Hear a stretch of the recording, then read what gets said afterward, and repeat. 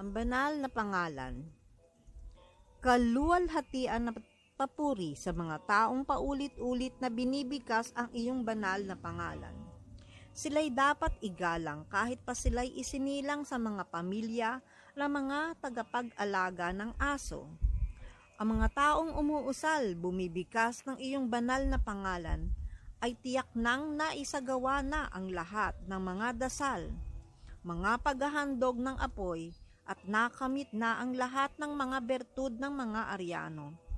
Upang makamit ang pagkakataong bigkasin ang iyong banal na pangalan, kinakailangan nilang maglinis sa mga banal na lugar ng paglalakbay o pilgrimage, pag-aralan ng Vedas at sundin ang lahat ng kautusan ng mga banal na kasulatan.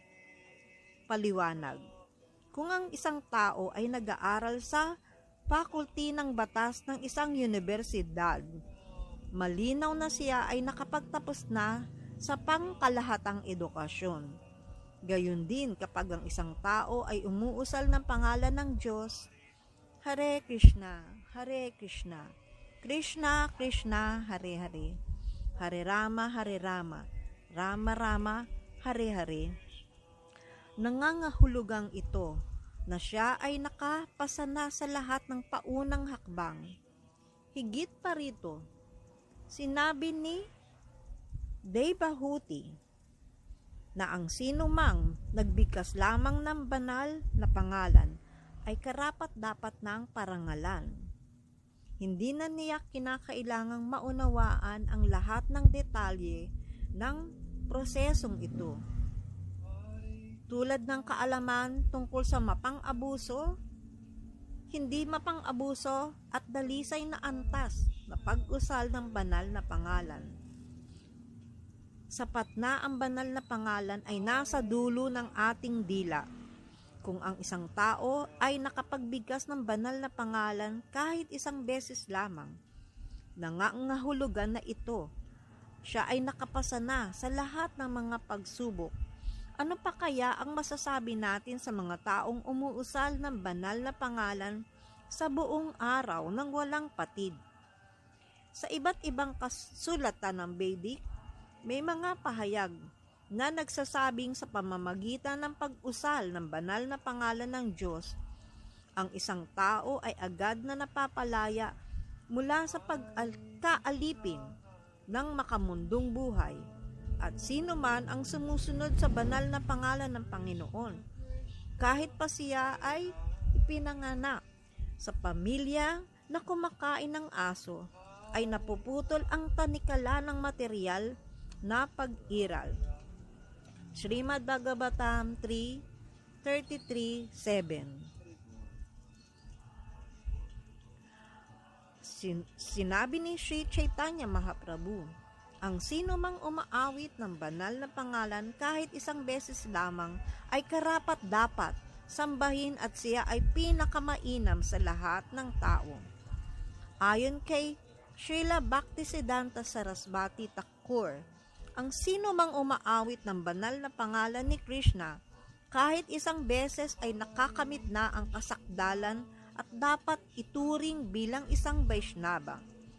Pinagtitibay ito ni Srila Rupa Goswami. Ang sino mang nagsasalita ng pangalan ni Krishna ay dapat igalang sa puso. Sa pagkakaroon ng pananampalataya sa banal na pangalan, maaring magsimula ang isang buhay sa kamalayan kay Krishna. Gayunman, ang isang karaniwang tao ay hindi basta-basta makakabigkas ng banal na pangalan ni Krishna nang may ganitong uri ng pananampalataya. Dapat muna niyang tanggapin na ang pangalang Krishna at ang taas-taasang persona ng Diyos, ang transcendental na katotohanan. Ayon sa Padma Purana, ang banal na pangalan ni Krishna ay hindi naiiba sa kanya mismo, at ito ay tulad ng mahiwagang batong pilosopikal, ang Chintamani. Ang pangalan ni Krishna bilang kanyang inkarnasyon sa tunog ay ganap na espiritual at walang halong anumang material na karumihan. Ibig sabihin, ang pangalang Krishna at si Krishna mismo ay iisa sa diwa. Kung may ganitong pananampalataya ang isang tao, ay dapat ipagpatuloy ang pag-usal ng banal na pangalan. Sa simula ng paglilingkod na devosyonal, mahirap maunawaan kung ano ang tunay na paglilingkod ng isang dalisay at walang pagkakailang deboto. Subalit kung ang isang baguhang deboto ay taimtim na naglilingkod, lalo na sa pagsamba sa Diyos, at sumusunod sa mga tagubilin ng isang tunay na espiritual na guro, siya rin ay nagiging isang dalisay na deboto. Ang sino man ay may pagkakataong makinig sa isang debotong ganito hinggil sa pilosopiya ng kamalayan kay Krishna, at sa ganitong paraan ay unti-unting malilinis at napapadalisay.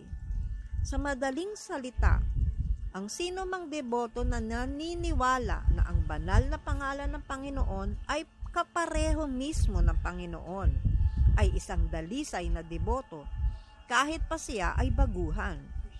Sa pamamagitan ng pakikipag-ugnayan sa isang ganitong deboto, ang iba ay maaari ring maging Vaishnava.